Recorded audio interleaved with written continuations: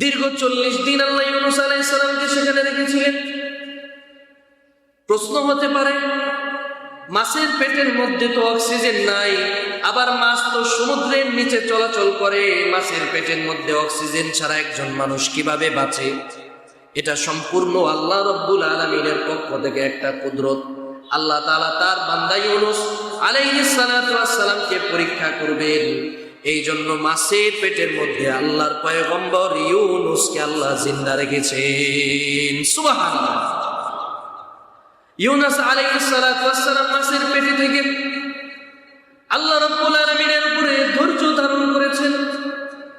উনি ধৈর্য ধারণ করে আল্লাহ তাআলাকে ডাকেন আর বলেন, লা ইলাহা ইল্লা আনতা সুবহানাক ইন্নী কুনতু মিনাজ জালিমিন। আল্লাহর পয়গম্বর ইউনূস আলাইহিস সালাতু ওয়াস সালাম বলেন, লা ইলাহা ইল্লা আনতা, আল্লাহ তুমি ছাড়া আর কোনো মাবুদ নাই, সুবহানাক তুমি হলা মহান, ইন্নী কুনতু মিনাজ জালিমিন, এই যে আমি যে এত বিপদে পড়েছি, এই যে আমাকে মাছ গিলে ফেলেছে, এত মুসিবতের মধ্যে আছি, আল্লাহ আমি তোমার উপরে অসন্তুষ্ট না, তোমার উপরে আমি নারাজ না, বরং আমি নিজের উপরে জুলুম করেছি। এই অবস্থার জন্য আমি ইউনূস পয়গম্বর দায়ী। বলেন সুবহানাল্লাহ। একটু আওয়াজ দিয়ে বলেন না সুবহানাল্লাহ। উনি বলছেন যে আমি নিজের এই অবস্থার জন্য দায়ী, আল্লাহ তুমি আমার উপরে জুলুম করো।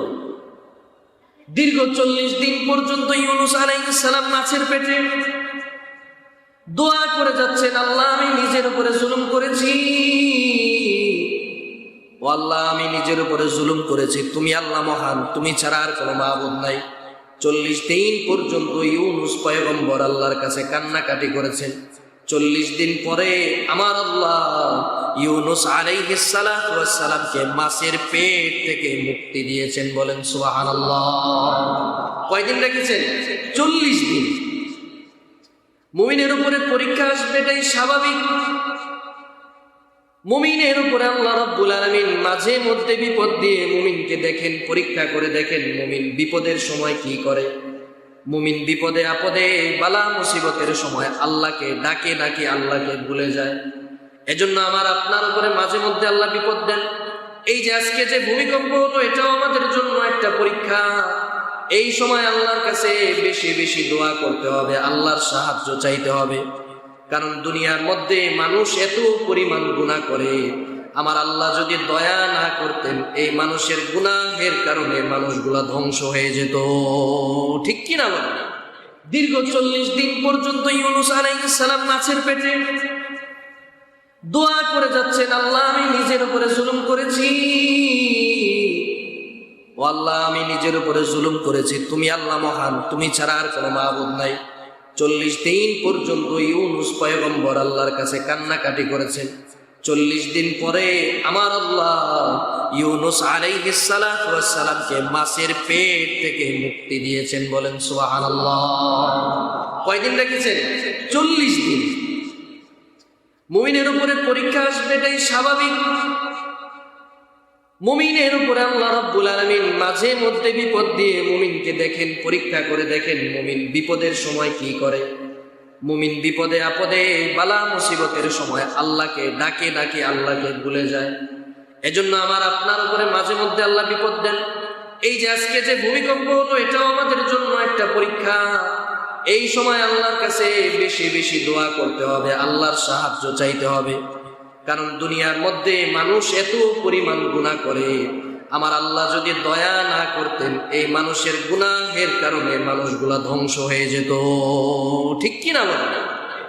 এত পরিমাণ গুনাহ মানুষের মধ্যে, আমানতের খেয়ানত করা, মিথ্যা কথা বলা, চুরি করা, জেনা করা, সন্ত্রাসবাদ, বিভিন্ন ধরনের অপকর্ম মানুষ করে, যার কারণে মানুষের উপরে বিপদ আপদ আসে। আর এই বিপদ আপদ আসার জন্য মানুষ নিজেরাই দায়ী। অথচ বিপদ আপদ আসলে তখন বলে আল্লাহ কি আর কাউরে চোখে দেখলো না, আমার উপরেই যত সব। বলে কি বলেন? এমন কথা বলে। মুমিনের উপর আল্লাহ তাআলা পরীক্ষা করেন, পরীক্ষা দিয়ে মুমিনকে আল্লাহ তাআলা দেখতে চান, তার ঈমানটা পরীক্ষা করে দেখতে চান যে মুমিন আল্লাহ তাআলাকে এই বিপদের সময় ভুলে যায় কিনা। কিংবা মুমিন এই বিপদের সময় আল্লাহ তাআলাকে ভুলে যায়, নাকি ভুলে না গিয়ে আল্লাহ তাআলার উপরে ধৈর্য ধারণ করে আল্লাহ তাআলার কাছে সাহায্য চায়? তো একজন মুমিনের জন্য বিপদে আপদে সব সময় আল্লাহ তাআলার কাছে সাহায্য চাওয়া দরকার। আল্লাহ তাআলা পবিত্র কুরআনের সূরা বাকারার মধ্যে বলেছেন, ইয়া আইয়ুহাল্লাযীনা আমানু ইসতাঈনু বিস-সাবরি ওয়াস-সালাহ ইন্নাল্লাহা মা'আস-সাবিরিন। আল্লাহ রাব্বুল আলামিন বলেন, ইয়া আইয়ুহাল্লাযীনা আমানু ইসতাঈনু বিস-সাবরি ওয়াস-সালাহ, ও ঈমানদারেরা, ও আল্লাহর উপরে বিশ্বাস স্থাপনকারীরা, ও মুমিনেরা যারা আল্লাহর উপরে ঈমান আনয়ন করেছো, ইসতাঈনু, তোমরা সাহায্য চাও, তোমরা সাহায্য প্রার্থনা করো, সাহায্য চাও। কার কাছে সাহায্য চাইবো বলেন? কার কাছে সাহায্য চাইবো? আল্লাহর কাছে সাহায্য চাইবো। কিভাবে চাইবো? আল্লাহ নিজেও এটা শিখিয়ে দিয়েছেন। আল্লাহ বলেন, ইসতাঈনু বিস-সাবরি ওয়াস-সালাহ, তোমরা আমি আল্লাহর কাছে সাহায্য চাইবা ধৈর্য এবং নামাজের মাধ্যমে। এক নাম্বার হলো ধৈর্য, দুই নাম্বার হলো নামাজ। আমাদের ধৈর্যও নাই, নামাজও নাই। ধৈর্য ধারণ করতে হবে, বিপদে আপদে বালা মুসিবতে সব সময় ধৈর্য ধারণ করতে হবে এবং আল্লাহর কাছে সাহায্য চাইতে হবে। আল্লাহর পয়গম্বর হযরত ইউনূস আলাইহিস সালাম, ওনাকে আল্লাহ রাব্বুল আলামিন পরীক্ষা করেছিলেন। পরীক্ষার পদ্ধতি এমন ছিল, পয়গম্বর ইউনূস আলাইহিস সালামকে আল্লাহ তাআলা তার পরিবার থেকে বিচ্ছিন্ন করে দিয়েছিলেন। পয়গম্বর ইউনূস আলাইহিস সালামকে আল্লাহ রাব্বুল আলামিন একটা মাছের পেটের মধ্যে ঢুকায় দিয়েছিলেন। তাফসীরের কিতাবের মধ্যে এসেছে, যেই মাছের পেটের মধ্যে হযরত ইউনূস আলাইহিস সালাম গিয়েছিলেন, ওই মাছের পেটে আরেকটা মাছ, ওই মাছটাকে আরেকটা মাছ গিলে ফেলেছে। এক মাছের পেটে ইউনূস, ওই মাছটা আবার আরেক মাছের পেটে। দীর্ঘ 40 দিন আল্লাহ ইউনূস আলাইহিস সালামকে সেখানে রেখেছিলেন। প্রশ্ন হতে পারে, মাছের পেটের মধ্যে তো অক্সিজেন নাই, আবার মাছ তো সমুদ্রের নিচে চলাচল করে, মাছের পেটের মধ্যে অক্সিজেন ছাড়া একজন মানুষ কিভাবে বাঁচে? এটা সম্পূর্ণ আল্লাহ রাব্বুল আলামিনের পক্ষ থেকে একটা কুদরত। আল্লাহ তাআলা তার বান্দা ইউনূস আলাইহিস সালামকে পরীক্ষা করবেন, এই জন্য মাছের পেটের মধ্যে আল্লাহর পয়গম্বর ইউনূসকে আল্লাহ জিন্দা রেখেছেন। সুবহানাল্লাহ।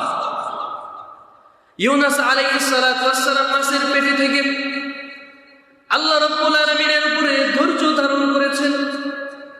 উনি ধৈর্য ধারণ করে আল্লাহ তাআলাকে ডাকেন আর বলেন, লা ইলাহা ইল্লা আনতা সুবহানাক ইন্নী কুনতু মিনাজ জালিমিন। আল্লাহর পয়গম্বর ইউনূস আলাইহিস সালাম বলেন, লা ইলাহা ইল্লা আনতা, আল্লাহ তুমি ছাড়া আর কোনো মাবুদ নাই, সুবহানাক, তুমি হলো মহান, ইন্নী কুনতু মিনাজ জালিমিন, এই যে আমি যে এত বিপদে পড়েছি, এই যে আমাকে মাছ গিলে ফেলেছে, এত মুসিবতের মধ্যে আছি, আল্লাহ আমি তোমার উপরে অসন্তুষ্ট না, তোমার উপরে আমি নারাজ না, বরং আমি নিজে নিজের উপরে জুলুম করেছি। এই অবস্থার জন্য আমি ইউনূস পয়গম্বর দায়ী। বলেন সুবহানাল্লাহ। একটু আওয়াজ দিয়ে বলেন না সুবহানাল্লাহ। উনি বলছেন যে আমি নিজে এই অবস্থার জন্য দায়ী, আল্লাহ তুমি আমার উপরে জুলুম করো। দীর্ঘ 40 দিন পর্যন্ত ইউনূস আলাইহিস সালাম মাছের পেটে দোয়া করে যাচ্ছেন, আল্লাহ আমি নিজের উপরে জুলুম করেছি, ও আল্লাহ আমি নিজের উপরে জুলুম করেছি, তুমি আল্লাহ মহান, তুমি ছাড়া আর কোনো মাবুদ নাই। 40 দিন পর্যন্ত ইউনূস পয়গম্বর আল্লাহর কাছে কান্নাকাটি করেছেন। 40 দিন পরে আমার আল্লাহ ইউনূস আলাইহিস সালামকে মাছের পেট থেকে মুক্তি দিয়েছেন। বলেন সুবহানাল্লাহ। কয়দিন রেখেছেন? 40 দিন। মুমিনের উপরে পরীক্ষা আসবে, এটাই স্বাভাবিক। মুমিনের উপরে আল্লাহ রাব্বুল আলামিন মাঝে মধ্যে বিপদ দিয়ে মুমিনকে দেখেন, পরীক্ষা করে দেখেন মুমিন বিপদের সময় কি করে। মুমিন বিপদে আপদে বালা মুসিবতের সময় আল্লাহকে ডাকে ডাকে আল্লাহকে ভুলে যায়।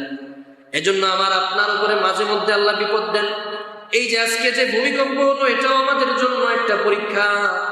এই সময় আল্লাহর কাছে বেশি বেশি দোয়া করতে হবে, আল্লাহর সাহায্য চাইতে হবে। কারণ দুনিয়ার মধ্যে মানুষ এত পরিমাণ গুনাহ করে, আমার আল্লাহ যদি দয়া না করতেন এই মানুষের গুনাহের কারণে মানুষগুলা ধ্বংস হয়ে যেত। ঠিক কিনা বলেন? এত পরিমাণ গুনাহ মানুষের মধ্যে, আমানতের খেয়ানত করা, মিথ্যা কথা বলা, চুরি করা, জেনা করা, সন্ত্রাসবাদ, বিভিন্ন ধরনের অপকর্ম মানুষ করে, যার কারণে মানুষের উপরে বিপদ আপদ আসে। আর এই বিপদ আপদ আসার জন্য মানুষ নিজেরাই দায়ী। অথচ বিপদ আপদ আসলে তখন বলে আল্লাহ কি আর কাউরে চোখে দেখলো না, আমার উপরেই যত সব। বলে কি বলেন? এমন কথা বলে না? কেন বলে? মানুষ আল্লাহর উপরে বিশ্বাস করে না, ধৈর্য ধারণ করতে পারে না, যার কারণে মানুষকে আমার আল্লাহ বিপদ আপদের সময় পরীক্ষা করে দেখেন যে বান্দাকে আমাকে মনে রাখে নাকি ভুলে যায়। এজন্য বিপদ আপদ বালা মুসিবত যখনই আসবে সব সময় আল্লাহর উপরে ধৈর্য ধারণ করতে হবে। আল্লাহ রাব্বুল আলামিন আমাকে আপনাকে তৌফিক দান করুন, সকলে বলি আমিন। সম্মানিত হাজিরিন, আল্লাহ তাআলার পবিত্র কোরআনের সূরা হাশরের একটা আয়াত আপনাদের সামনে তেলাওয়াত করেছি। আল্লাহ রাব্বুল আলামিন ওই আয়াতের মধ্যে মুত্তাকি যারা, এদেরকে আল্লাহ তাআলা একটা নির্দেশ দিচ্ছেন। কি নির্দেশ দিচ্ছেন? মুত্তাকি যারা, এরা যেন জান্নাতে যেতে পারে আল্লাহ তাআলা একটা সতর্ক বার্তা দিচ্ছেন। আল্লাহ বলেন, ইয়া আইয়ুহাল্লাযীনা আমানুত্তাকুল্লাহ ওয়ালতানজুর নাফসুম মা কদ্দামাত লিগাদিন ওয়াত্তাকুল্লাহ ইন্নাল্লাহা খাবীরুম বিমা তা'মালুন। কোরআনুল হাকিমের মধ্যে আল্লাহ বলেন, ইয়া আইয়ুহাল্লাযীনা আমানুত্তাকুল্লাহ, ও ঈমানদারেরা যারা আল্লাহ তাআলারকে ভয় করো, আল্লাহ তাআলার উপরে যারা ঈমান আনয়ন করার পরে তোমরা মুত্তাকি হতে চাও। ওয়াল তানজুর নাফসুম মা কদ্দামাত লিগাদ, তোমরা আগামী কালের জন্য তথা কিয়ামতের জন্য, মৃত্যু পরবর্তী জীবনের জন্য কি করবা।